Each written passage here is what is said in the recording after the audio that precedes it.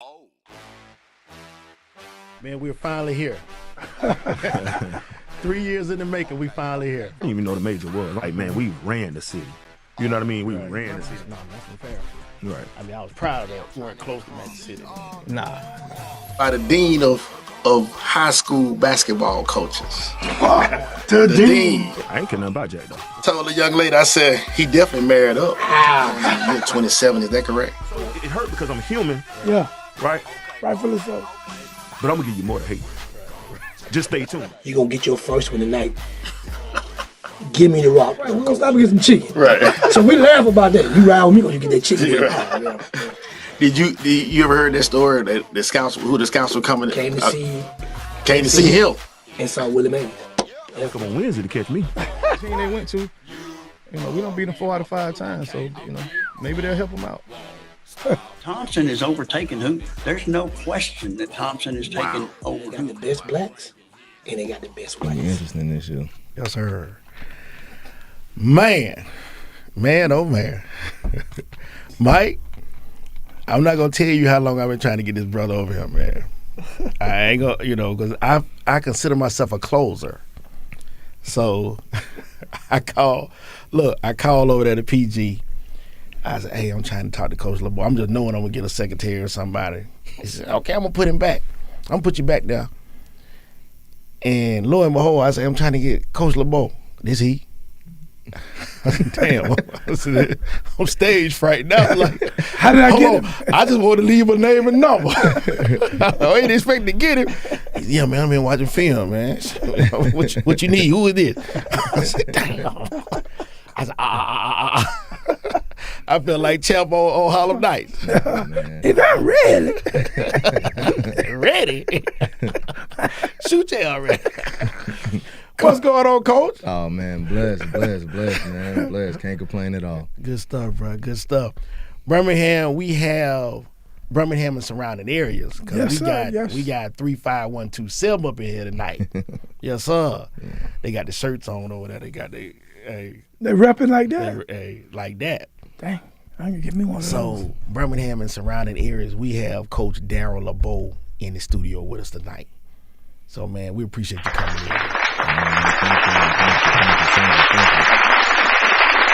Appreciate y'all having me. Yes. Appreciate y'all for having me. Yes, sir. Coach, man, we just had your little fella. I said little fella, little big fella. Yeah. E.J. Hanley last week came in and lit up the airwaves. Yeah. He and his cohorts. Man, what you think about that cat, man? What's going on with my guy, man? I told him he gonna be the next president. He different, man. I know. Hear Coach Sanders, Coach Prime up there in Colorado talking about his son, about how they call him grown. Right. I got me one too. You got man. one. That joke. He different. Make your job easy. Man, make life a whole lot easier as a football coach, man. Smart kid, intelligent kid, just kind of know what he want to do, how he want to do things, man. So it's been a joy these past 2 years having the opportunity to be a part of his life. Okay. I just say that, it's bigger than ball over there with us, man. So I hear you. It's been fun. I hear you, baby. I hear you. Coach, man, I don't know if you got a chance to check out some of the shows. We had your cousin on, and like I said, we tell everybody when they sit in that seat, what we want to do is have the audience know you from as far back as we can take you up until where you are now. So we call it connecting dots. Okay. So that's what we'll do over the next few minutes is talk to you and let you tell Pleasant Grove fans, Birmingham, Ramsey fans, tell them who is actually Darrell LeBeaux. Okay? So, man, like I said, we appreciate you coming in. And let's get to it, Doc. Yes, sir. Yes, sir. Destrehan High School. Yes, sir. Is it Muncie? Months. Months. Months. Listen. Months, Alabama. Months is in between an area called, it's in between Destrehan and LaPlace. A lot of folks will know something about LaPlace. Okay.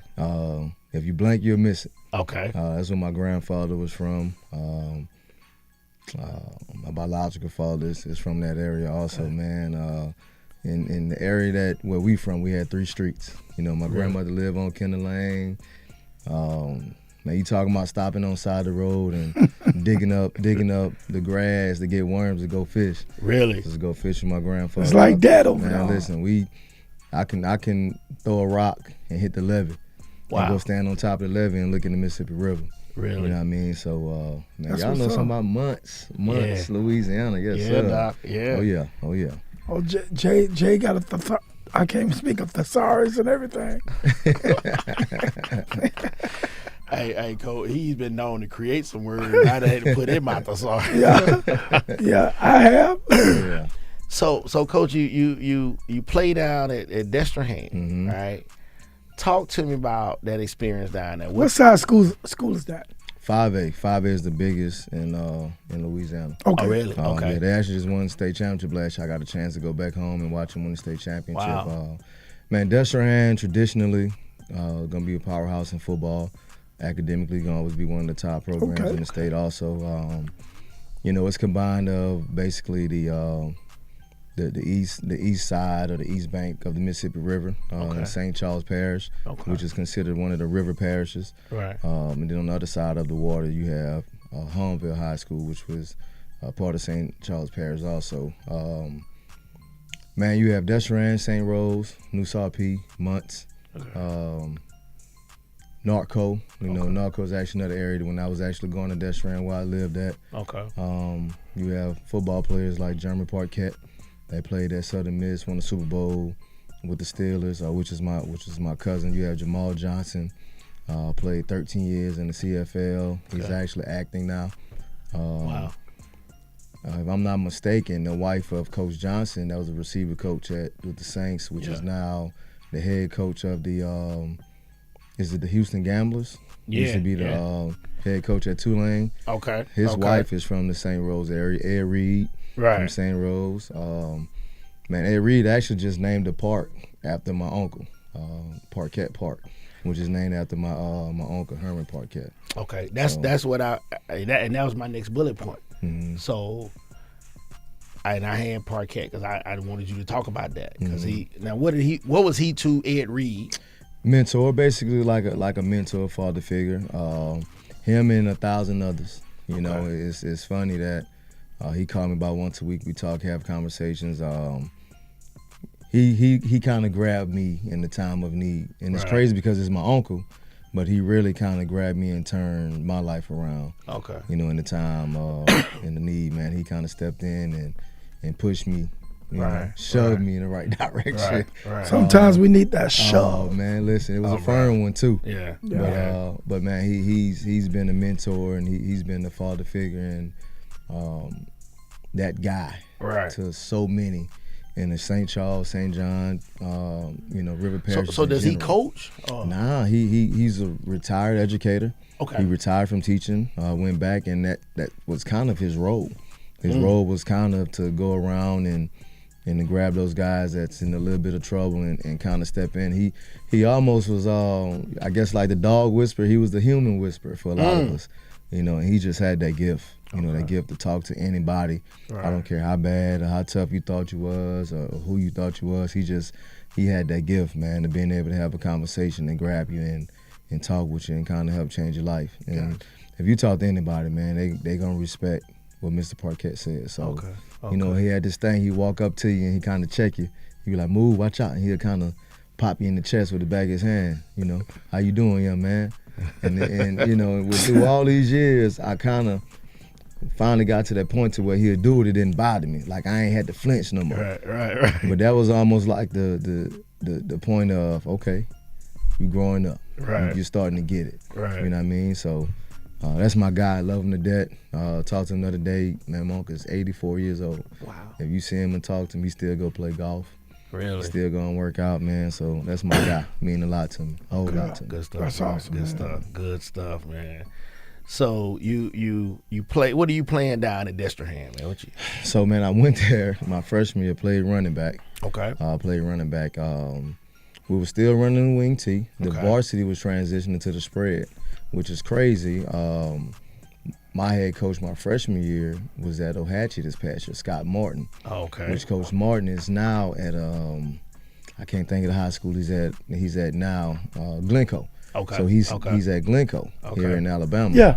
Yeah. And so we was Hatchie. Okay. Yeah. So he was at it when Hatchie was doing really well. Right. That was the head coach. He's a Louisiana guy.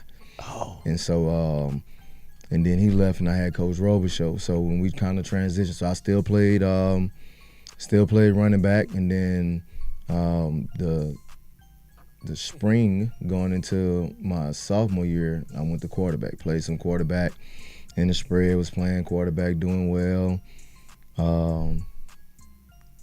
Head coach son was head coach nephew. Geez. Head coach nephew was a starting quarterback. Now he was a dog. I mean, he was a dog. There wasn't no daddy. Wasn't no relative not ball. in that situation. No daddy ball. Yeah, he went there let shooter play baseball. He was a dog. Okay. All right, but the backup quarterback dad was a baseball coach, good football player. The third string quarterback dad played at the Saints. Politician in the area, helping this, that, and the third. So I played quarterback. Have an okay spring, get to the spring game. And so how we do it at Destrehan, you do Garnet versus Gray. We had enough players to split it. Starting quarterback, fourth-string quarterback, which was me, second-string quarterback, third-string quarterback, and they split the teams. Right. But we getting beat up on. So my first 2 drives, I come in, tie the game. Starting quarterback and threw a couple of picks. I get in, come in, move the ball. That's good. Yeah. And our business, do what we're supposed to do. So everybody kind of shocked after the game, like, man, I didn't know you can play like that. Just that in the third, whatever. And so the summer roll around, we come back after the spring, look at the depth chart. Guess where I'm at? Number 2. I'm 4. Still at 4. Oh, man. I'm like, okay. Well, you can play like that. You still don't fall. Right. So I'm frustrated. So my cousin is the receiver coach. So we doing 7-on-7, and he like, man, come run this route for me. Got in the slot, ran the vert, and made the play against the varsity. Made the play. He came back like, you want to play receiver? I'm like, yeah, I'm gonna get on the field. Exactly. So then that opened me up for having an opportunity to play a lot of special teams too when I moved to receiver. So picture day come, quarterback coach like, oh, you ain't taking pictures with us? I'm like, man, I'm playing receiver. I'm gonna go play receiver. Right. At Destrehan, as a freshman, you don't touch the practice field.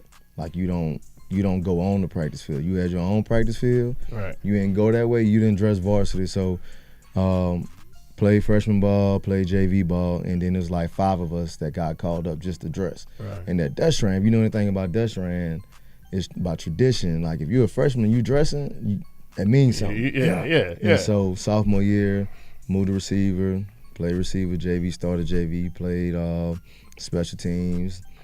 Junior year, played more in the empty set, played all special teams, and got a little frustrated. Got a little frustrated with not playing as much as I should have, and and that's when my attitude was horrible. Had a lot of other stuff going on in life. Kind of had me frustrated about a lot of other things, man. My attitude was bad. That's when my uncle come in the picture. Mr. Parquette come in the picture, man. And by that time, my folks hadn't moved to Alabama, but I was still in Louisiana. So the beginning of my junior year, my mom and my dad, they moved to Birmingham. We moved to Pleasant Grove, and I begged to stay.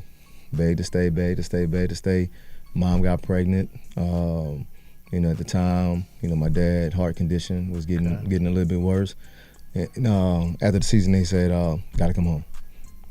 Need your help. Come on home." So that's how I ended up moving up here and ended up at Pleasant Grove my senior year. Your senior year? Yeah. So the December of I moved here December of 01. So January of 02 was my first semester. My second semester junior year, my first semester at Pleasant Grove. Okay. So. Okay. Blessed though, man. Blessings, man. It was a blessing. Okay. It was a blessing. I probably should have moved beginning of my junior year. I think some other things probably would have happened for me, but everything worked out like it's supposed to. So you at Destrehan, do you think you could have played quarterback there? Oh, I played quarterback in high school, so that's why I'm so interested in that. It would have been tough. I think I had all the ability to get it done. Okay.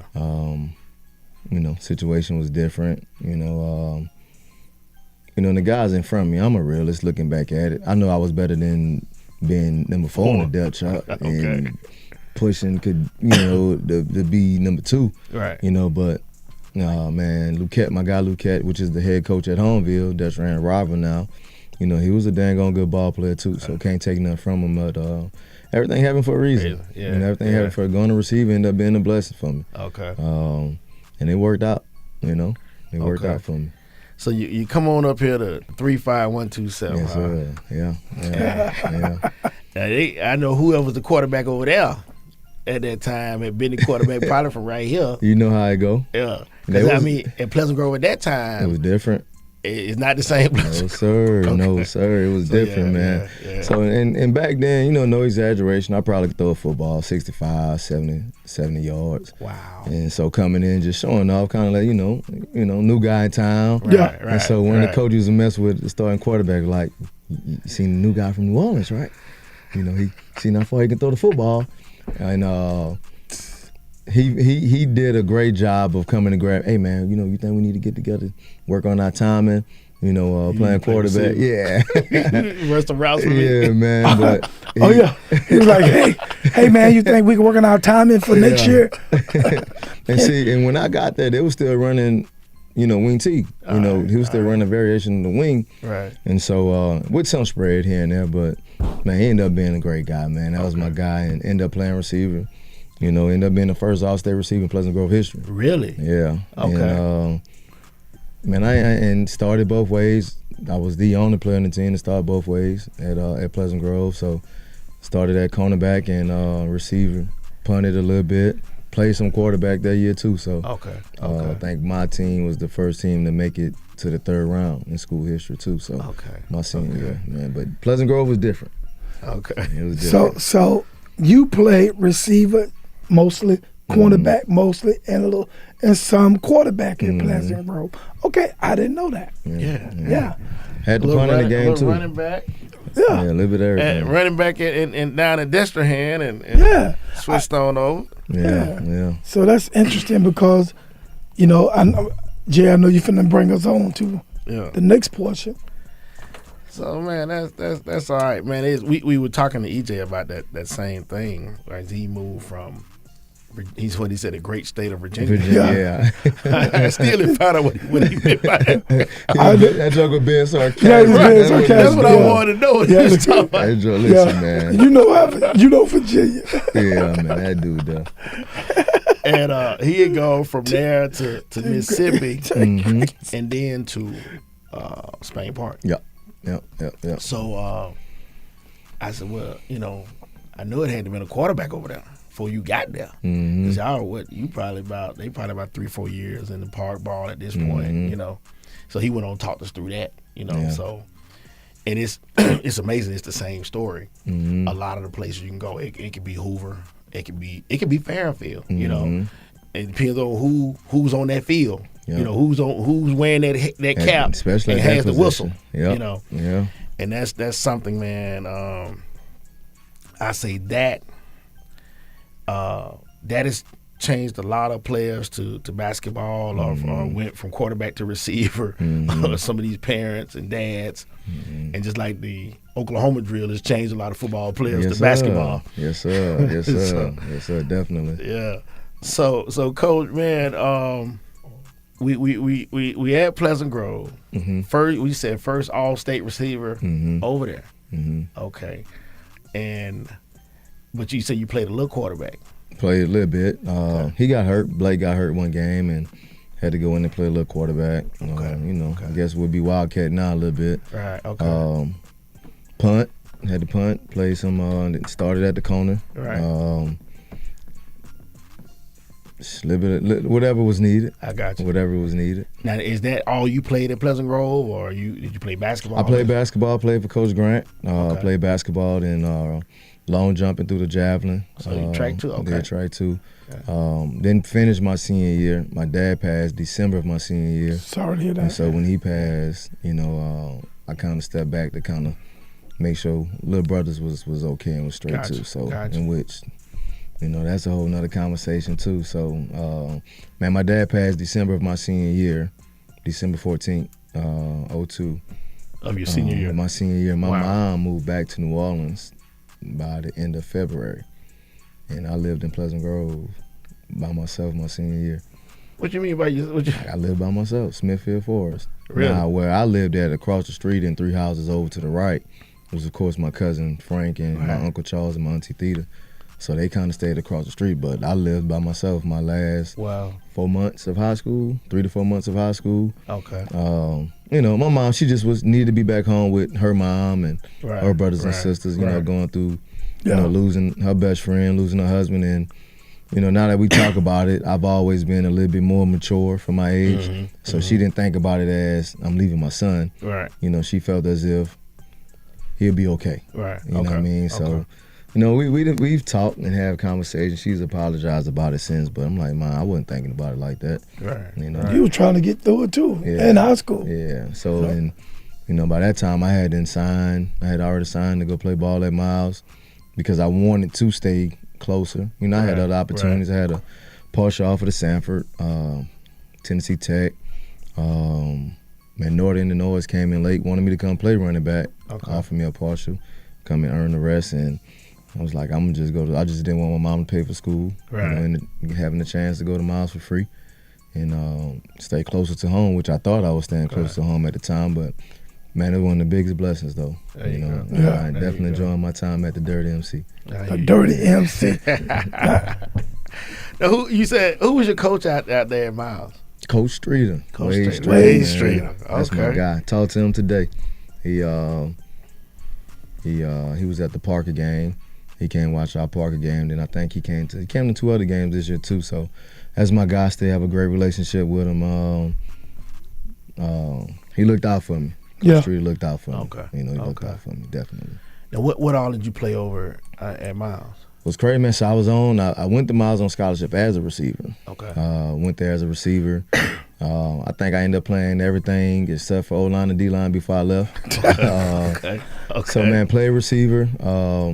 Going into, I led the team in yards and catches as a sophomore, redshirt sophomore.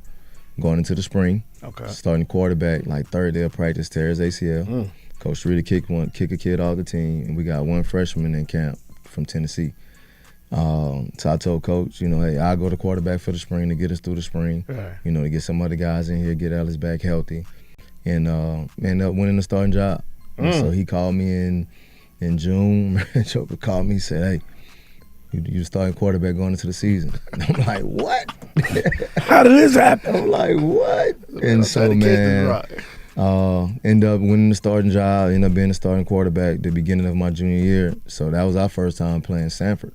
You know, that was 2006. We played Sanford. Yeah. I was the starting quarterback. Wow. First play of the game, we go inside zone, my running back go the opposite way. So I'm in the backfield like, man, what's going on? And, man, we ended up having a guy from Parker, Stanfield. Man, I was trying to teach that joker the playbook. Like, man, listen, I don't want to be back here. Right. I'm trying to teach you, speed up this learning curve. Right. And he ended up starting against Tuskegee. Might have been that next game. Okay. Started against Tuskegee, went down to Tuskegee and played. And I can remember we go down 10-0. He fumbled a snap, they pick it up and score. He like, LeBeaux, go warm up. I'm like, Coach, give him one more possession. Right. Yeah, one more possession. He went and got it done. We ended up popping him. Okay. So I was able to move back to receiver. Okay. And play receiver my junior year. So, man, I had to punt. I punted in a couple of games. Had to punt against Clark Atlanta one game. Had to punt against Albany State one game. Wow. Played some running back against Fort Valley. Did a little bit of everything, man. I did a little bit of everything. I'm telling Did you coach a little bit? Did you coach? Yeah, He coached the guy. You got it back. Get it by that man. Man, so but the coaching part of it, I think, what kind of prepared me to be a coach. Now, it was times as a junior, Coach Streeter and Coach Pat Pizon was our OC. Okay. You throw the remote, you run film, you got it. Yeah. You know what I mean? And that kind of started preparing me. I didn't know what was going on. Right. I guess, God always putting things in place. You don't know No, how Pat it played works. with me. Really? Pizon, That's my guy. Yeah. So you ask Coach Pizon, if there's anything need to be done or anything need to be played, I got you, whatever. Wow. So, man, ended up finishing up my career in 08, chased that football for a year and a half. Did the semi-pro thing, man, tried out for arena team, made the team, then Arena 1 canceled.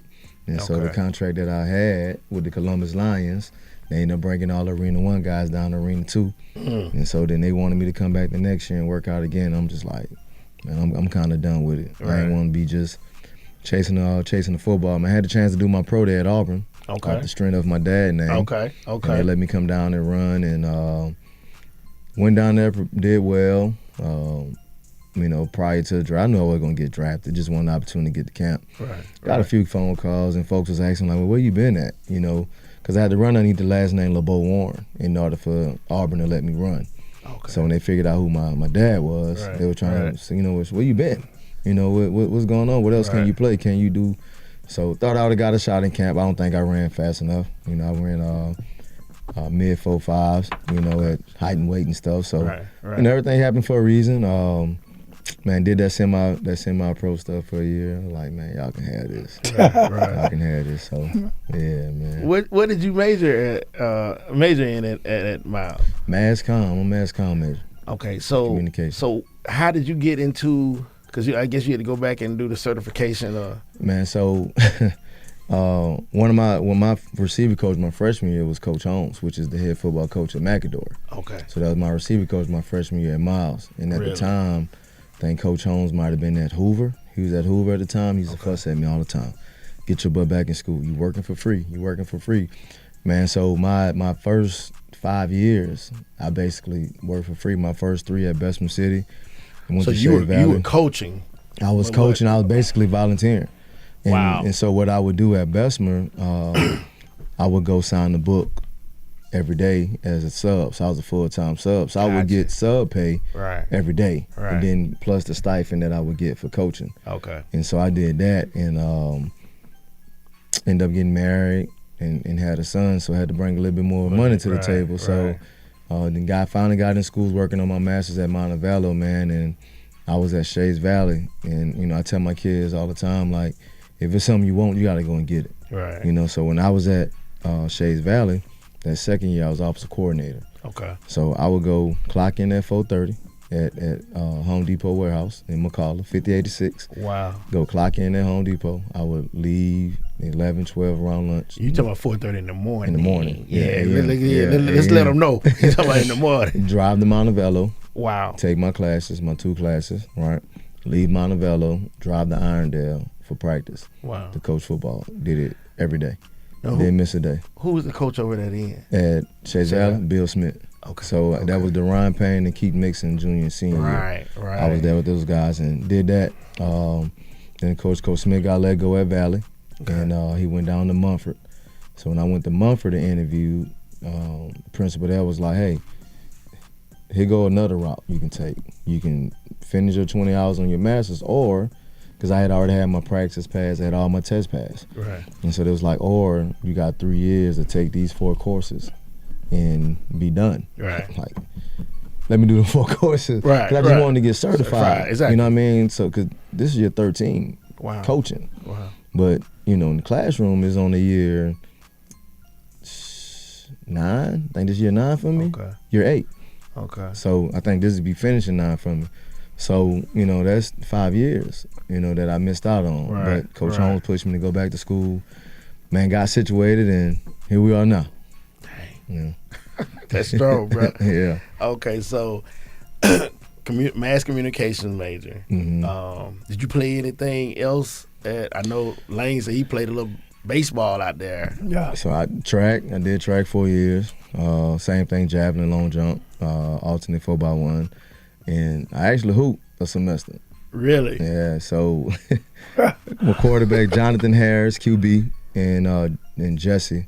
I can't get Jesse name. Jesse Bailey. Okay. Both of those guys was on partial basketball because they hoop. Jesse was on that Woodlawn team at one state. Okay. Ended up going to A&M. And then QB played at Selma. He hooped at A&M also. Okay. So after football season, they ended up getting ready for basketball. So and I'm in there just working out with them, getting them ready, getting shots up. Right. Coach Sanders, Coach Sanders, hey man, come here. You don't want to play basketball? Like, man, Coach going on with that. Right. And so ended up trying out, made the team. Wow. And so I mess with my kids all the time. Like, man, I scored 13 points against Albany State. What you got to say about that? There you go. And then so what led to me quitting basketball, man, we it's like December 22nd. And Coach Sanders like, hey, y'all got to be back the day after Christmas. I'm like, Coach, y'all can have this. I ain't been home since May. Right. I said, I'm on football scholarship, Coach. Y'all good. Y'all can have this right here. And I'm gonna go ahead and concentrate on football. Yeah. And he asked when I came back in January. He asked me was I gonna come back out there. I'm like, man, I'm wasting y'all time. So, like, it's fun. I'm enjoying it, but you know, But you know what it is. yeah, man, I'm wasting y'all time. It was fun though. I enjoyed it. Yeah. Definitely had It fun sound doing like a it, good man. time. Yeah, I definitely enjoyed doing it. Got that experience. So, Well, Coach, man, did you pledge anything out there? man, that's another conversation. I didn't get a chance to finish there, you know, but I did get a chance to finish. You know, I am a member of the greatest fraternity. Was you alpha? No, not at all. Oh, man. Sigma? Not at all. What not is? at all. I am Oh, a iota? member of Omega Psi Phi Fraternity Okay. Incorporated, Alpha Phi chapter. You know what I mean? Oh, Okay, Lord. okay. Dog. I hear you, baby. Congrats. Appreciate you. Yes, sir. Appreciate you. That's why you got Now, purple look, on. you heard what he said. You heard what he said. He said he didn't get a chance to finish, so it's probably a story. Man, he said you listen. started, huh? Yeah, man. I hear you, Doc. I already know. I'm with you. Oh yeah. So, Coach, you get into this coaching thing, man. Mm-hmm. So when did you realize you wanted to do that? I love ball. Okay. I love ball. So even after the year I finished, I went back and who was that? Billy Joe. Yeah. So I GA'd my first year out with Coach Black, with Coach Darrell, Marcus Darrell. Yeah. So Coach Black asked me to come help, and I ended up GAing for that year, and kind of got that itch. Still wanted to be around the game. Now the crazy thing about it is, my wife is the teacher. She was working at the time, Jess Lanier, you know, before they transitioned to Bessemer City. And I was working at BioLife Plasma Center. And I was working at the Plasma Center, and man, I got let go. So we got, me and one of my other college teammates, we got let go. And man, the day I got let go is the day that I started my high school coaching career. Okay. My wife introduced me to Coach Woodham, and went and interviewed and talked with Coach Woodham. He offered me the job. Dang. And so that spring of the last year being at Just Lanier was my first year coaching. It was still just Lanier. It was still Just Lanier. Then they transitioned to Bessemer City. Right. And that's when they came through and fired all the coaches after that spring. Wow. And Coach Alexander, Dennis Alexander, which is the O-line coach at Miles now, played at Bama. He was on staff. He asked me to stay. And kind of started from there, man. Man, I love it. I love teaching these kids, love being around the kids, love giving back to them. So kind of got that coaching bug to still be around the game and being able to give back. And just wanted to give these kids something that I felt as if I needed, that I didn't get. You know what I mean? So, and it kind of went from there. That's what's up. Yeah. That's that why. That, to me, man, I tell my son all the time, I said, man, you play sports, talk about it, or coach it. I mean, I feel you ain't working, you do that, man. It's just, it's a labor of love. Yeah. I mean, it's hard work, but I mean, it's something you enjoy. Like you say, you love ball. That's what has us here. We talking about it. Oh yeah. Okay. So you do a time at Lanier. With Shays Valley next. Valley. Then Munford. So prior to Munford, I was at Culver with Coach Carson, which is there now. I was there with him that spring. Okay. So before Coach got hired, we didn't know what was going to happen. Right. When he got let go at Shays Valley. And so I went over with Coach Carson at Culver for that spring. And then Coach Smith got the job and asked me to come on down there to be the OC. And I was able to get into the building. My thing was who gonna hire me? Who gonna sign off on this paperwork to allow me to be a teacher? Right. And so I went down there to Munford with Coach Smith down there in East Alabama and went down there for where is it? So if you familiar with Oxford High School, right? So if you get off on that's Highway 21, Oxford to the left. Yeah. If you go 7 miles to the right, you're right into Munford High School. Okay. Yeah, so all of it, Highway 21, Talladega County School. Gotcha. Yeah. Oh, really? So okay. Yeah, man. My first year there, we lost in the semis to Leeds. Really? Yeah, lost in the semis. That's when they had T.D. Marshall was their quarterback and Nations at running back. So we played them early in the year. They was ranked number 1 in the state, and we beat them in the shootout. Ended up beating them, and then we go down there in the playoffs in the semis. And you're the OC now. I was OC. Wow. Yeah. Wow. So describe what would you say was your what was your offense? You know, what were you doing? Multiple formation spread. Gotcha. You know, still the same. Y'all throwing it around a little bit. We'll throw it around and we'll run it a little bit too. Okay. You know, it just depends on, you know, what's going on. You know, can't give out too many secrets. There you go. So you still coach? Coach, tell him. Yeah, I still call it. That's what I hear, man. They say he like to throw it around, but he want to throw it around a little bit. I still call it, man. EJ mad I don't let him throw it around enough. Really? Yeah, he be mad. I don't, you know. Yeah. I'm like, man, you went 18 for 21 and 300 yards. I mean, Well, that's you want. Right. He want 40 right. tips. I'm like, if we can throw it around 27 times, you got 450. What's the difference? Right. You know what I mean? So it just got to make sense. I just try to put it in a position to be successful. You know what I mean? So I got you. Well, Coach, man, you in that heavy class, man, that 5A, man. You've had some battles. Oh yeah. You know, with my guy Coach Nelson, we had him in it earlier. He's over at Shades Valley now, and Papa Jack. You know, so let's talk about Ramsey, Doc. Let's talk about that. You're in Pleasant Grove, so you're dealing with the kids that are in your area.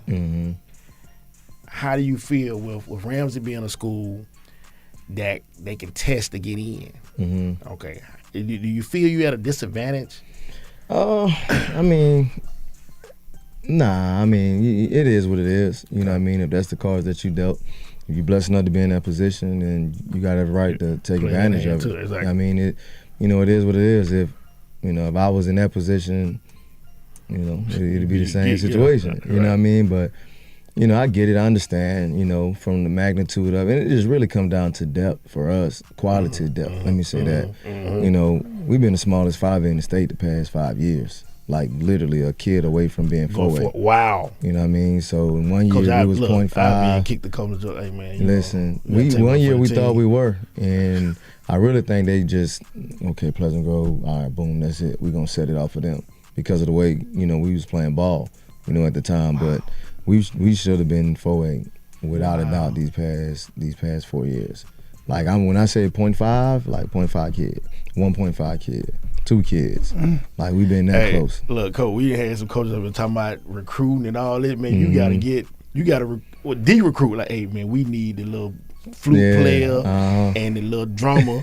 Take your butt over there to hear it somewhere. Yeah. So, but you kind of deal with what you get. Man, Ramsey, they stay with some dudes, stay with some guys, but you got a lot of places that get guys and get dudes and have guys, but if they ain't being coached up, it's a separation.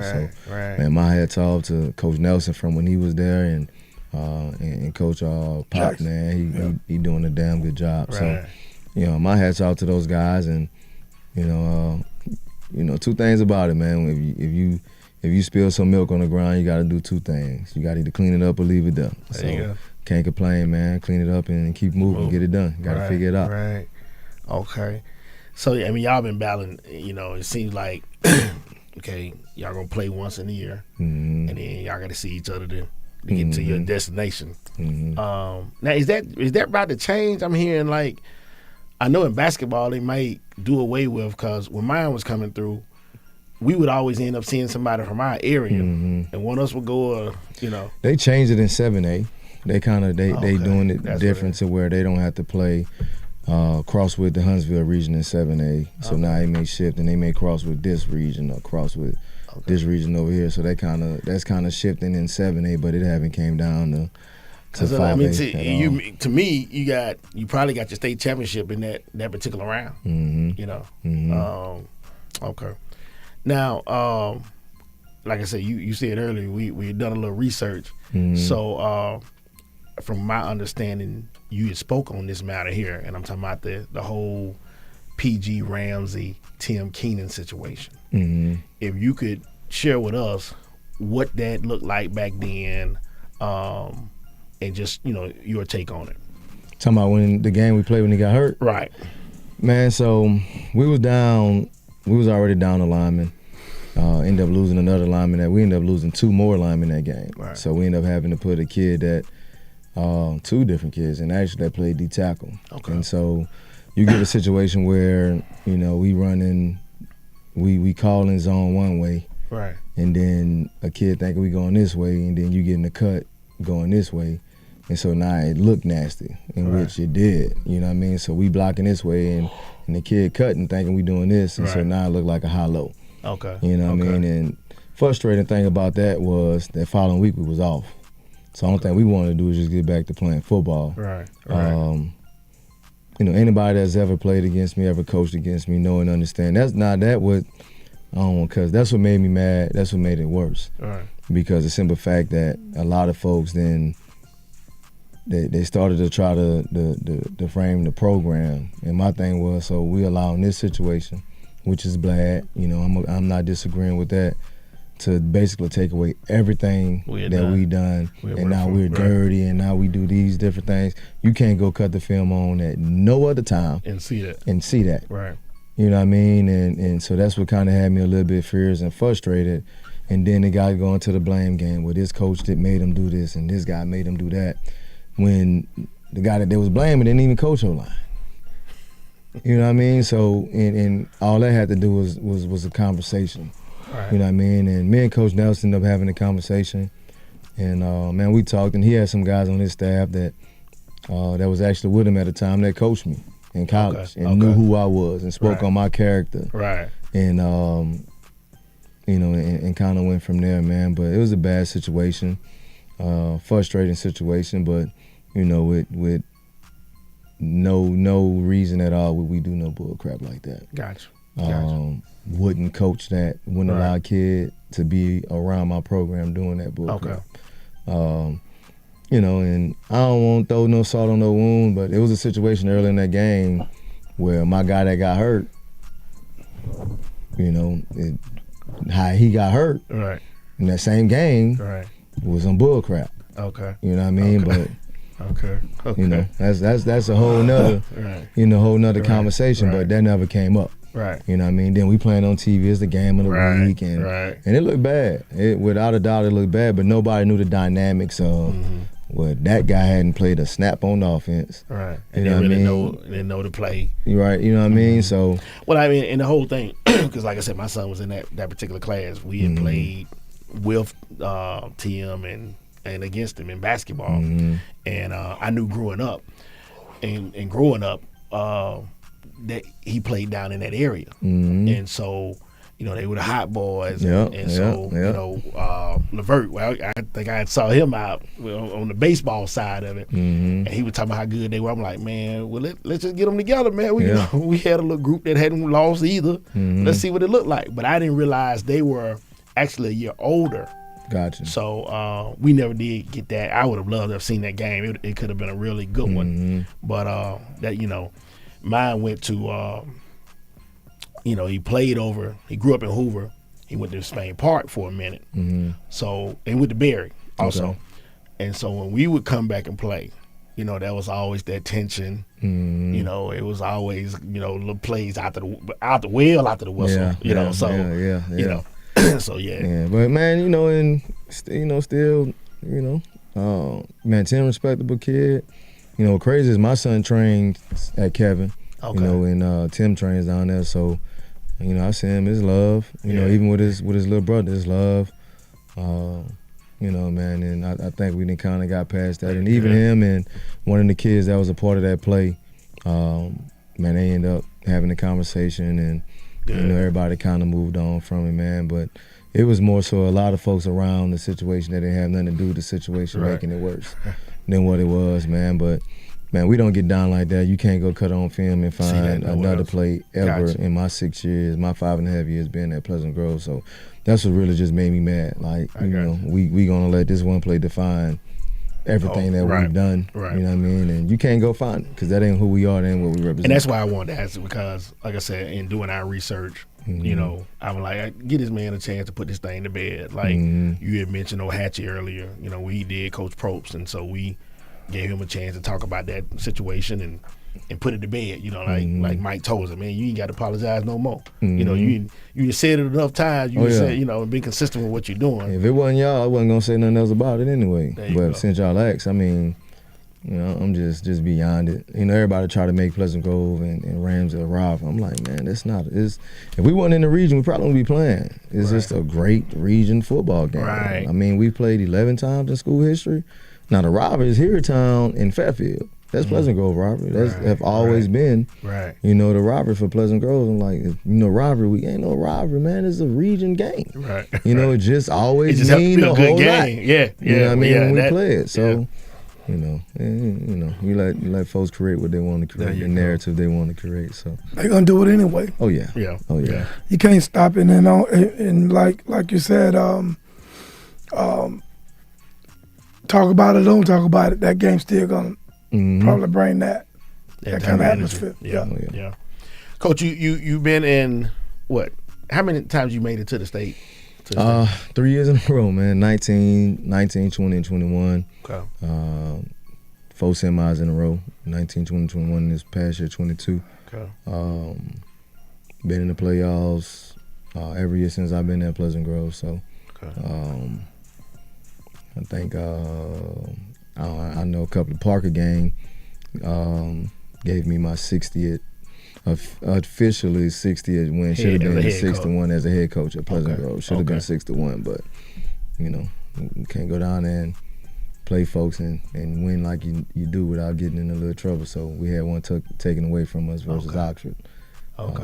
What happened there? I'm not So familiar. had a kid moved in. Okay. And by rule, how we read the rule, you know, family moved to Pleasant Grove. Custody of the sister was given up to stay at the school she was at.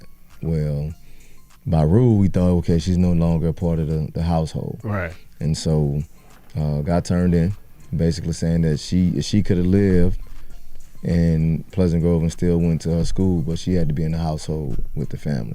So basically the state said that she was still considered to be a part of the household. So she just moved, and but the crazy thing about it is blessings and everything. And so she moved to Pleasant Grove because she got mad at the current school that turned them in, that had been there her whole life. Right. So she's like, well, I ain't staying here. So she moved to Pleasant Grove. We got that situated. The kid ended up having to sit one game, played the rest of the year. She was a junior, got to Pleasant Grove, had enough credits to graduate early with her brother. So it ended up being a blessing for her. So we had to forfeit the Oxford game, but we still won 62-14. So Wow. in my mind. Okay. You know Yeah. what I mean? Yeah. That's like what's my guy? We lost, but we won. Reggie Bush. They said, man, that was one of the most decisive highs. When you can take it if you want, but everybody know who. I don't even remember who was in the race with him that time. Yeah. They don't. They remember that 62-14. Yeah. So you know, yeah. Well, Cole? What do you think, man? What do you think is that secret of success? You know, we talking about gumbo earlier, man. What all you got to put in that pot, man, to go close this deal, bruh? Man, I tell folks, so 2018, I got hired at Pleasant Grove June of 2018. That March, I was offered the receiver job at Hoover. Okay. Coach Niblett offered me the receiver job. My little girl was like 2 weeks. I wasn't ready to give up that time with her to go and do what was required for me to do at the time at Hoover, right. time-wise. And I was being put in a position to where I may be the next guy at Mumford. Okay. And so I stayed. Man, I'm at, I take a group of kids, we drive to South Carolina. They go camp at South Carolina. And then we drive down to Clemson, they camp at Clemson. Get a phone call from my now principal, like, hey, can you come in and interview for the head job? I'm like, cool, this June. 40 minutes later, I kid you not, Coach Niblett called me back. He's like, hey, I need you to come get these receivers. Got a job for your wife in the building, found something for your wife. What you think? And I said, and so I called my principal at my current school. I'm like, hey, I got an interview at Pleasant Grove. Just let you know what's going on. He said, you the first person I'm telling outside of my wife. They moving me to another school. So God didn't open that thing up for me. So now I'm like, oh, he gone. It's time to go. And man, ended up interviewing for the job, ended up getting the job at Pleasant Grove, and But prior to that, I just felt like I was hitting my head on the ceiling at Mumford, doing what I was doing. And I can open my phone and show you, man, I had created what I wanted to look like as a head football coach. Started my notes. And in that, I just had different things I wanted to do, different things that I learned, different things I didn't want to do. And wanted to go and create a culture. That was the biggest thing, create a culture, wanted to go build a program, and not get I didn't want to go and try to get kids to buy in. Because eventually if you get a kid to buy in, at some point in time, he's going to sell you out. So my thing was, if I create a program and they want to leave their legacy for this program, I don't have to try to go get this kid to buy in. He know and understand that I'm trying to put my imprint on this program and leave something behind for this program. Now, if I can do that and create that, now we got something. And what that look like, man, just playing physical, fast, smart football. We got other things that we do in between, to create different things, to get to that mindset, to create those things and to do those things, man. And we just been blessed. We've been blessed these past couple of years to do that and put ourselves in a position to where, Pleasant Grove is, in my mind, one of the premier programs in the state. And we work hard. I work hard, man. I work hard, and everything that we've got and everything that we have, we went out and got it. We went out and grind and went out and got it done, man. One thing my dad taught me at an early age, it's gonna always be somebody better than you. But that don't mean you allow another man to outwork you. So that's kind of one of them things that stuck with me, and that's how I feel. I'm gonna work and I'm gonna grind. And if it's gonna happen, it ain't gonna happen. It's gonna be on me, not nobody else. Can't get out work. Yeah, can't. You gotta go work. Drop a bomb on that one now. I like that, man. I like that. And that's what I tell mine. I'm like, man, we can't be in a situation where we get out work. We can't let nobody outwork us. You brought up Coach Niblett. I think we talked with Maurice in his interview about, asked him had he ever been tempted to go over the mountain. We talked to pretty much 2 or 3 other coaches. We asked that same question. They're having some tough times over there at Hoover. Niblett left a couple years ago, and you get that call that we asked Frank that. We asked Frank that. Say you get the phone, it's 205-439, pop up on your phone. What you taking that call or what you doing? Man, I interviewed for Hoover before the guy that got it now. So the AD, current AD at the time that was there, he called my AD in Jefferson County and asked was okay to talk to me. Oh, that's respectful. My thing is, I don't know how God gonna move, what he got for me, how he have it for me. And I'm all about making sure that I don't burn no bridges. And put myself in a situation and my family in a situation to continue on having growth. And then even with that interview, the interview was, in my mind, was so much bigger than going and get this Hoover job. I felt as if I'm probably the youngest black guy that's probably about to interview for this job. So I had to go in there prepared. Because now you know how they go. If I go in there and I'm not prepared, I don't interview well, and then how many more guys gonna look like me gonna get that opportunity? So my thing was, whether I get this job or not, you open some doors. I better go handle business and make sure I light this interview up. And from what I was told, I interviewed really well, but a lot of these jobs, the job is gone before is even there. So the decision already made. Yeah, everything happened for a reason. But to answer that question, I took my experience from Mumford. I take my experience from Mumford to kind of press forward. When I went to Mumford, going from being at a Bessemer City or Shays Valley where 95% of your football team is urban kids, African American kids. So I felt like when I went to Mumford, dealing with a different demographic, I felt like I was going to have to change who I was, how I coached, because I was dealing with a different group of kids. I didn't. I'm gonna be me. I'm gonna coach my style. I'm gonna do it the way that I need to do it. And when I knew that no matter how the kid looked, when I knew that what I was doing was the right thing and how I was doing it and gone by my business, it's homecoming week at Mumford. and they had Scrabble Day where the kids wear different shirts like Scrabble pieces. And they come get me out of class. And so I got this thing, I say, go be great. G-A-U-X. Okay. You know, go be great. That's kind of like my thing, go be great. And so the kids call me out of class. And the kids got, and however many letters it take to say, go be great, pound 2018, that's how many kids it was with each letter and each number. 95% of those kids wasn't black kids. Wow. So that let me know I ain't got to change who I am or what I am or how I do things. Right. I think I've been blessed with the ability to be able to deal with kids in general, people in general. Right. I think that's one of my knacks that I have, that, you know, red, white, blue, green, yellow. You know, if I can have a conversation with them, you know, I can find a way to relate to them. Right. You know what I mean? The school, when I went to Dutchran was, you know, 70-30. Really? You know what I mean? When I got to Pleasant Grove, I was 75-25. Right. You know, back then. So, man, but to answer the question, if God has that laid out for me, and if that's what it is, then if that's my next move or where I need to go be implanted to help, right, then, you know, that's what it is. But, you know, man, I'm enjoying my time at PG. Right. I've had some opportunities that didn't came along these past couple of years, but I decided to stay at Pleasant Grove. Okay. You know what I mean? Just feel like, you know, work not done yet. Gotcha. You know, for whatever that is and whatever that looks like. You know and the reason I asked that, because like I said, my restatement convicted me. Now, like I said, that's just my story. You know what I'm saying? I grew up in Fairfield, and you know, I was headed down the road of politics, but I was sitting up there watching my mom deal with just endless BS, and I'm like, man, I ain't got time for this, man. I got a little one. I want to, you know, pour into this one.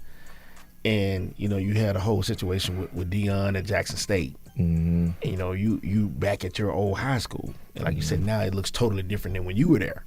So that's why I wanted to know, like, do you feel like, hey, I'm better, you know, I've been called for my area, you know, more so than, you know, what's best for me and mine, you know. So that's why I asked that question. It's tough though, you know. When it's said and done, man, it's tough, man. But you got to be grounded. Right. You got to be grounded in understanding what's the main goal and where you're trying to get to, and what you want to do. Right. So, I just always tell, man, if it's kids to be coached, and if it's ball to be played and it's ball to be coached, right, I don't care if the earth is round or flat. You know, if it's ball to be played to coach, I'm ready to do it. You know what I mean? So. You know, that's the biggest thing. Wherever God pushed me to, and if that's at Pleasant Grove the next 10, 15, 20 years, then that's what it is. Okay. You know what I mean? Okay. So let me ask you this: do you rule coaching college ball out altogether, or is that, you know, you feel like? Not at all. Of course, I want that opportunity to see if I can. You know, if I can, if I belong on that level, man. I did the internship over the summer with the Texans, and it just opened my eyes. Really? To seeing, you know, being there for that week and a half on that internship, and I'm the only high school coach there.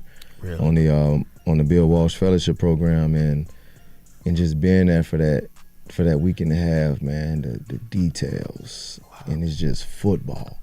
Ain't no fundraising, ain't no parents calling you. You ain't got to worry about this. It's just ball, and to know that I didn't go in a room and be uncomfortable or be threatened by the fact that this is the NFL.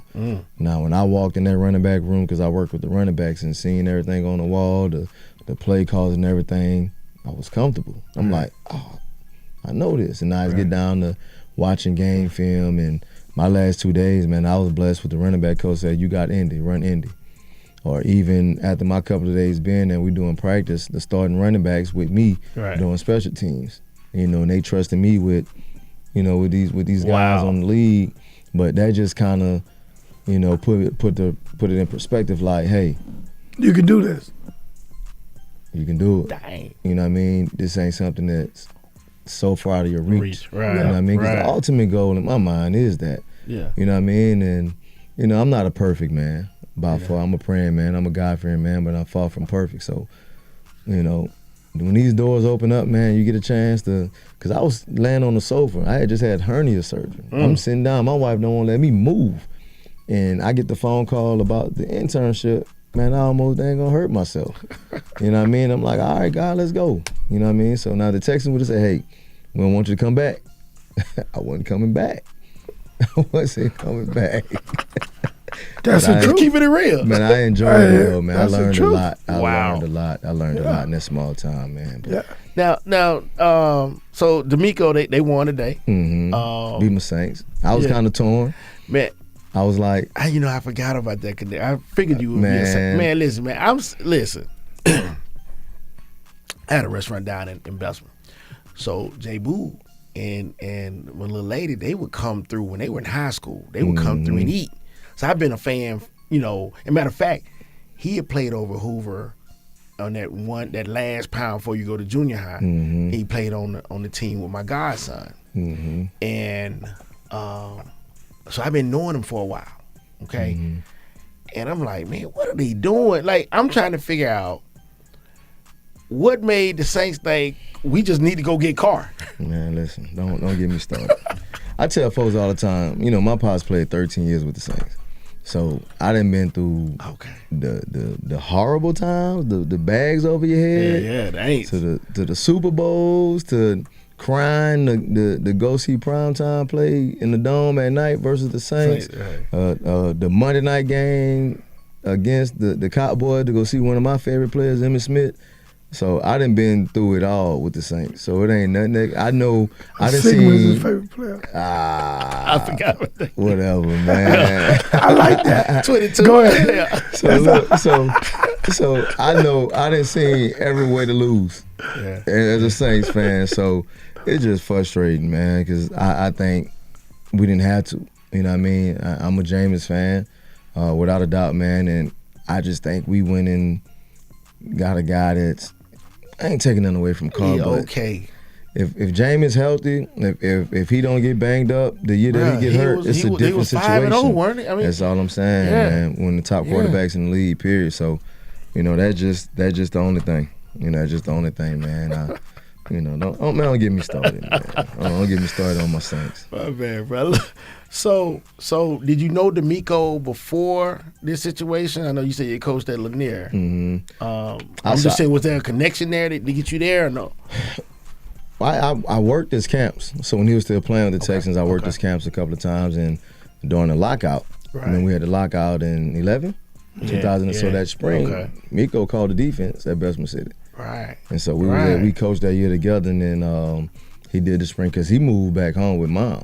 You know, Miko different. You know, modest, great dude too. Yeah. So he moved back home this way, and man, he stayed there with us that whole spring every day, and he coached the spring with us before the lockout, and so have a decent relationship. But I applied for it, and you know, I'm quite sure. I don't know if he did or not, you know, but I'm glad he did. If he did, do it, Right. Yeah, so because that was my second time applying for the internship, and I did it a couple of years ago, and finally did it again this year, and ended up getting an opportunity to go. So, Okay. Good stuff, man. Good stuff. Yeah, I didn't know that part. That's real. That's enlightening there. Coach, you guys, you couple of games away from starting this hike uphill. Yeah. So, what are your thoughts, man? You think you guys? I mean, y'all been on the road here. That Parker game. I ain't gonna even tell you no joke. We had Frankie in. I'm thinking by then we may have talked to the DN over there, Beeman. Mm-hmm. You know, then y'all popped the ball with up, man. What happened? That's 6A, and you know, I was like, I'm just sitting up there looking like, okay, wait a minute, they beat Ramsey. Ramsey beat y'all. Were y'all missing something, or y'all had some players hurt, or what? Man, we didn't play 4 quarters of football. Okay. You know, at one point in time, if you go back and watch the game, we should have been up 21-0.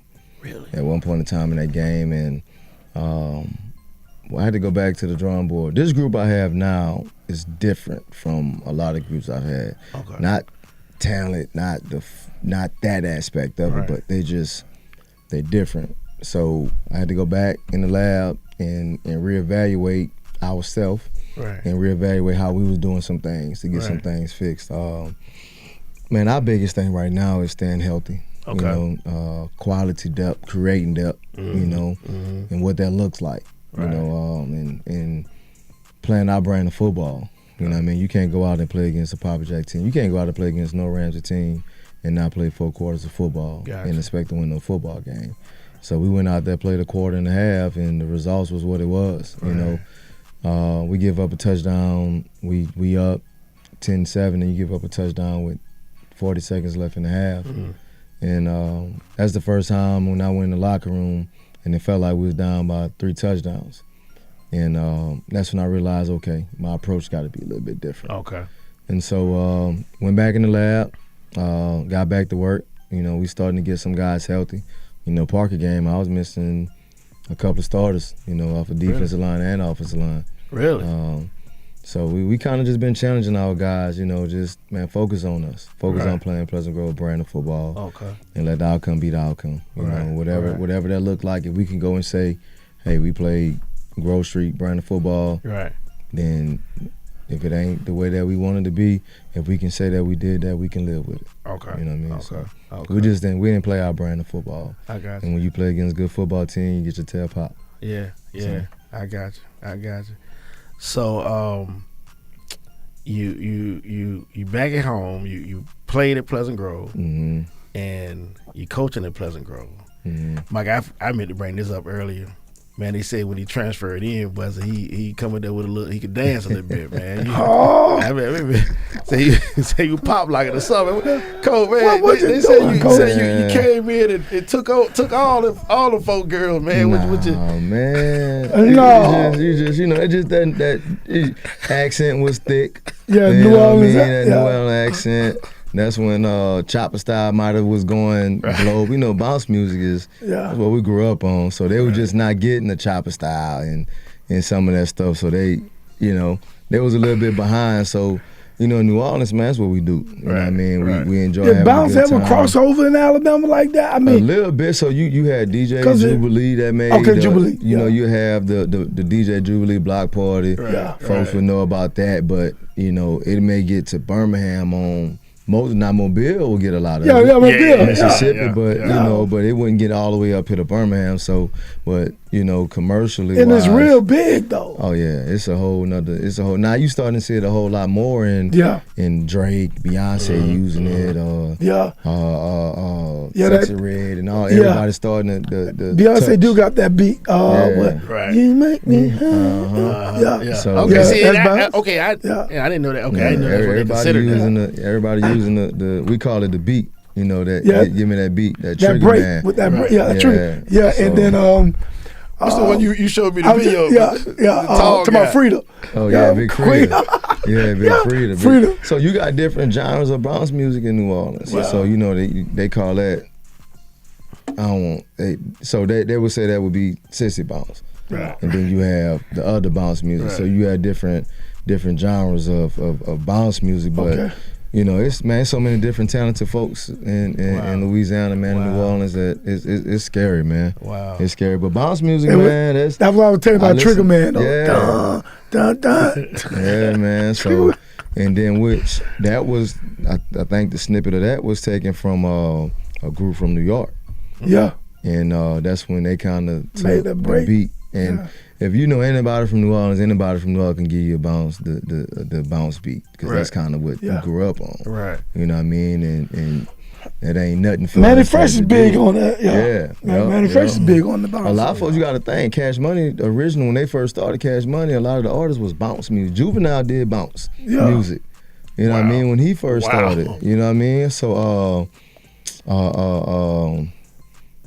Trick Daddy, I don't know if y'all remember, he was Cash Money. Yeah. You know what I mean? He was one of the first artists of Cash Money. So bounce music, man, it's just something about that bounce music, man. If I'm in a bad situation, I'm frustrated, I'm mad, and I can play some bounce music, my whole mood just changed. Wow. Yeah. You know what I mean? So it's just what it is. And I guess it's almost like Chicago got they house music, and then DC got go-go. Yeah, you know what I mean. So and Florida got the booty shaking. Yeah, that bass, baby. Right. So that's just kind of what it is, man. But that when I first came down, they didn't know nothing about that bounce music. So I had to put them on game. Put them on game. Yeah. Put them on game and hey, take it. Hey, I don't know about that, man. Somebody lying. I did not do no such thing. That's a disclaimer. Yes. Put yes. a Go disclaimer out ahead there. and talk about the family, man. Tell me about the family. Oh man, been married 12 years. My beautiful wife. Hold on. Before you get to Miss Nefertiti, hold on. I looked at something. You took the garter belt off. Who did you go and get it? You went in. You didn't throw it. You went and gave it to somebody. So my wife's cousin is Wesley Woodyard. Okay. Wesley played 13 years in the NFL. So Okay. Wesley played at Denver, played at Okay. Kentucky, finished his career out with the Tennessee Titans. Right. So crazy about that was he had just started dating, which is currently now his wife. Right, okay. So they was just dating, Okay. and so I was messing with him. Like, here you go.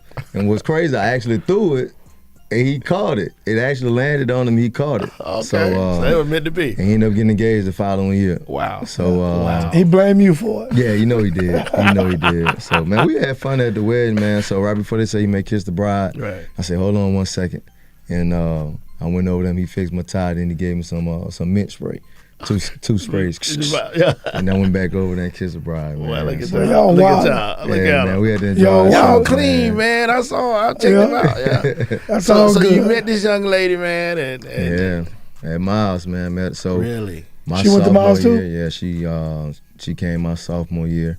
What's crazy is, so the first day they moved in, you know, the freshman, we've been at camp. You know how that go. We've been at camp. Y'all So helping them move in. help her move in. So I helped her move in, and which I thought was her mom was kind of crying a little bit, but it was her sister. And so I'm like, man, don't worry about it. I'm gonna make sure she good. I'm gonna take care of her. We good, whatever. She had a boyfriend. Okay. So I was running. So that later that day, I was running interference for somebody else. I ain't gonna say no names. Right. For another good one of my friends with her best friend, which is her roommate. Right. Introduced ourselves. She wouldn't give me no time today. She had a boyfriend. Wow. Like games and stuff. When lead camp, this, that, and the third. One weekend I got her to come back and stay. Over with. Gotcha. There you go. Done. Bam. Done. It's over. Hook, line, and with. sinker. Look, at least I thought that's what I was doing. She hadn't snatched me up. Didn't know what was going on, man. But yeah, we met in 04. That's all right. Officially started dating, I think, in like 05, and man, we got married in 11. So my son 11, so we were married 12 years. Wow. Yeah, 12 years. That's man. congrats. That's she holds it down. Then I got my junior DJ. He's the oldest out of the two. Okay. DJ's 11, and then my baby girl, Demi Dallas, she's 5. So he got me wide open too, man. He plays baseball and football. Okay. So he actually made the All-Alabama team. Okay. So I actually coached in the North-South game December 15th. Yeah, I saw that. Yeah. I saw that. See I that, got to we can bring fly that up. from Yeah. Mobile to Sanford, Florida, because he playing in the perfect game. Wow. Team Alabama Yeah, playing PG, representing okay, team. yeah. Perfect game playing Yeah. baseball. So, Congratulations. Baseball, man. I That's appreciate that's Congratulations. Yeah, keep him there. yeah, man, Yeah. it's different. It's definitely different. The team that he on, they rank like number 26 in the nation. Wow. He's doing well. You know, his frustrations with that. Oh, You know, yeah. at one Oh, point in time, he was the only kid of color on the team, and now another kid on the team. But his coaches are awesome. Yeah. He got some great guys around him that treat him like, you know, because that thing could go different. He could play with some guys and he not treated the same. Yeah. Right. You know what I mean? And you know, they coaching him up. That goes a long way. Yeah, it does, man. And Really. so he's around a good group of guys. Yeah, You know, that's my biggest thing right now. How much learning we doing, and he around good people. I can Right. go be a dad. I can go to baseball games and be a dad. Right. So, you know, it's been fun. Okay. It's been fun. Okay. So, you said Demi? Demi Dallas. Yeah. Demi Dallas. What's the 5 little lady years old. doing, man? Was he Man, why? So every She day been the boss. running the house? That's what they do. Gymnastics on Monday, tumbling on Tuesday. Okay. Got a dang on tumbling mat in the middle of the floor at the house. Wow. Come on, Dad, let me show you. She doing handstands on every wall she walk by. Yeah. Hold my legs. So Yeah. she run the show. Oh, she gonna run the show. That's You one ain't thing. seen nothing yet. Right. Oh, listen, Right. listen. There's one thing about this coaching, you know.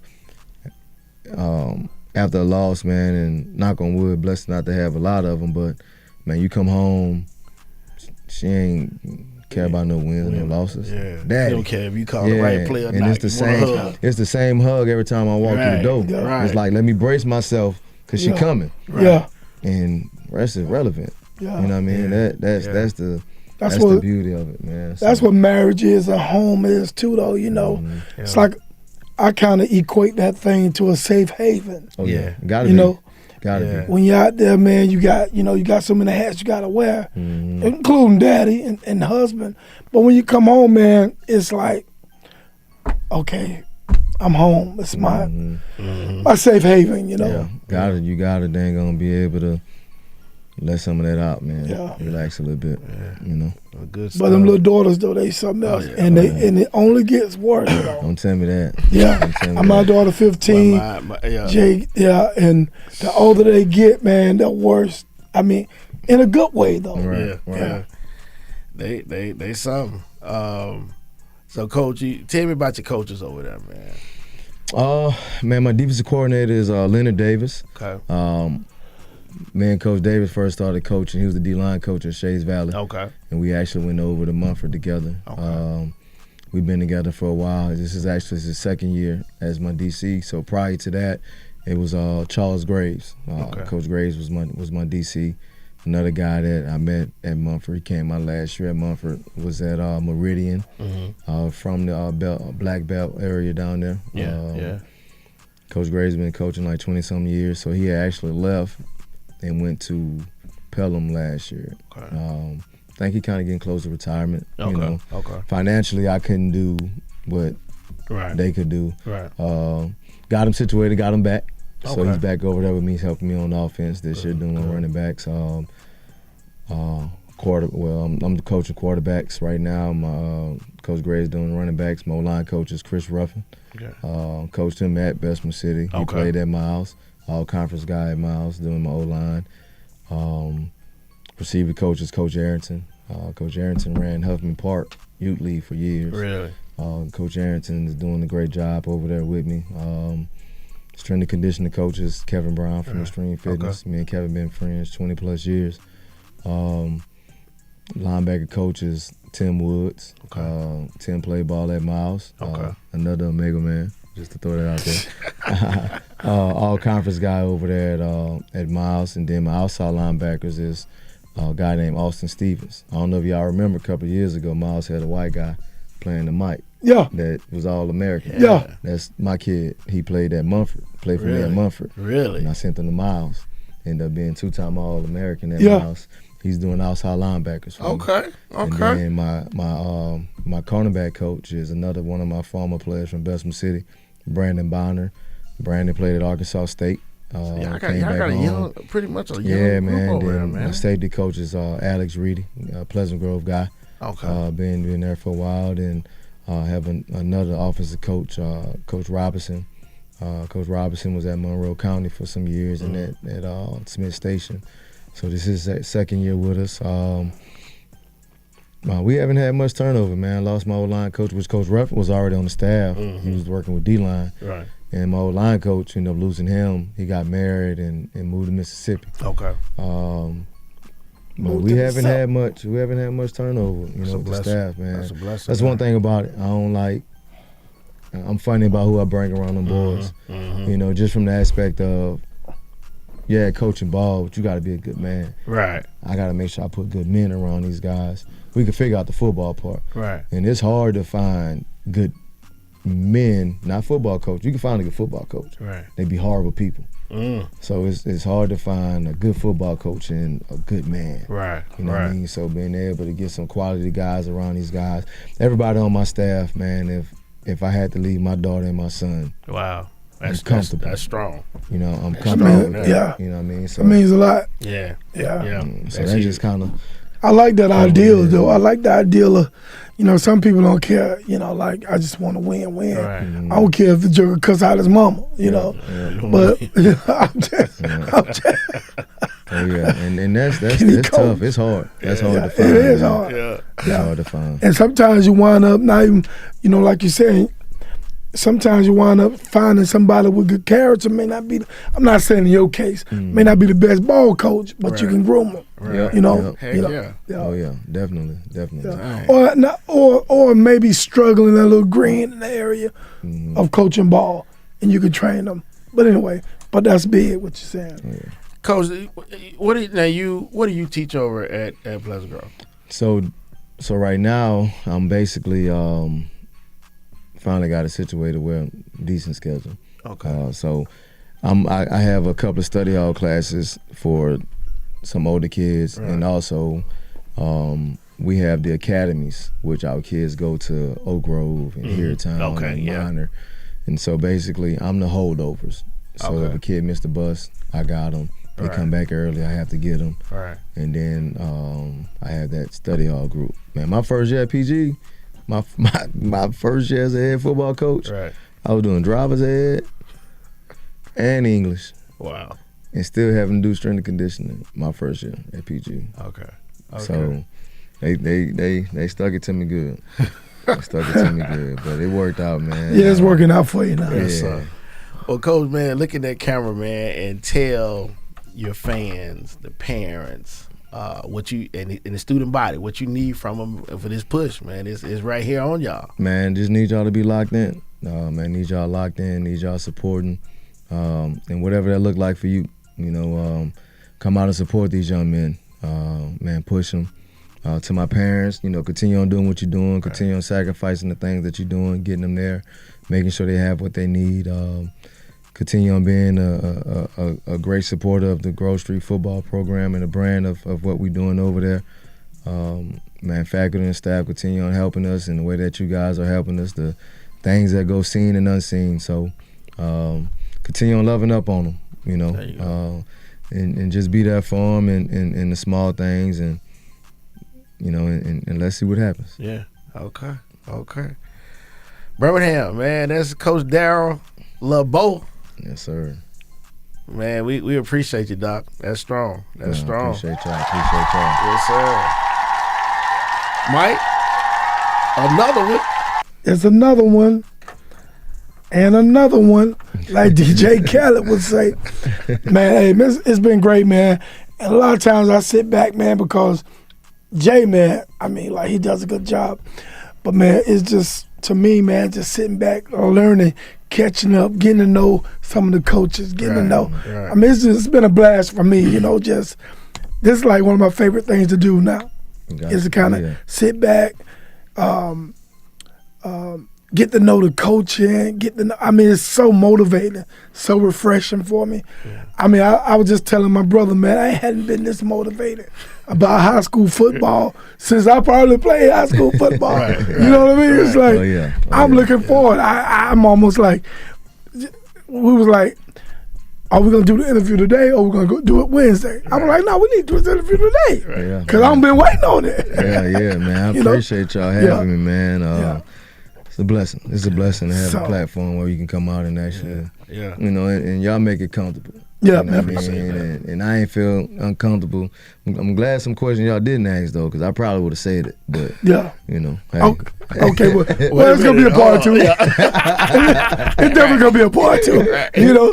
But I'm glad we made you feel comfortable so we can make you feel uncomfortable. Good stuff, man. But man, to another mile in, from a mile in to another mile in. Congrats, man. I'm glad. Appreciate you, man. And we got Tuskegee in the corner over there, but we know. Yeah, man. I'm a little worried about y'all, man. We ain't gonna hold that. And you should be. We ain't gonna hold that tongue. Look, I tell you, I'm 2-2 against Tuskegee in my college career. I never beat Albany State. I'm 2-2 against Ski. Okay. So we gonna see in a couple of weeks. Yeah, man. So good stuff, man. Hey, continued success. Appreciate it. We're gonna be checking on you, Doc. Appreciate it.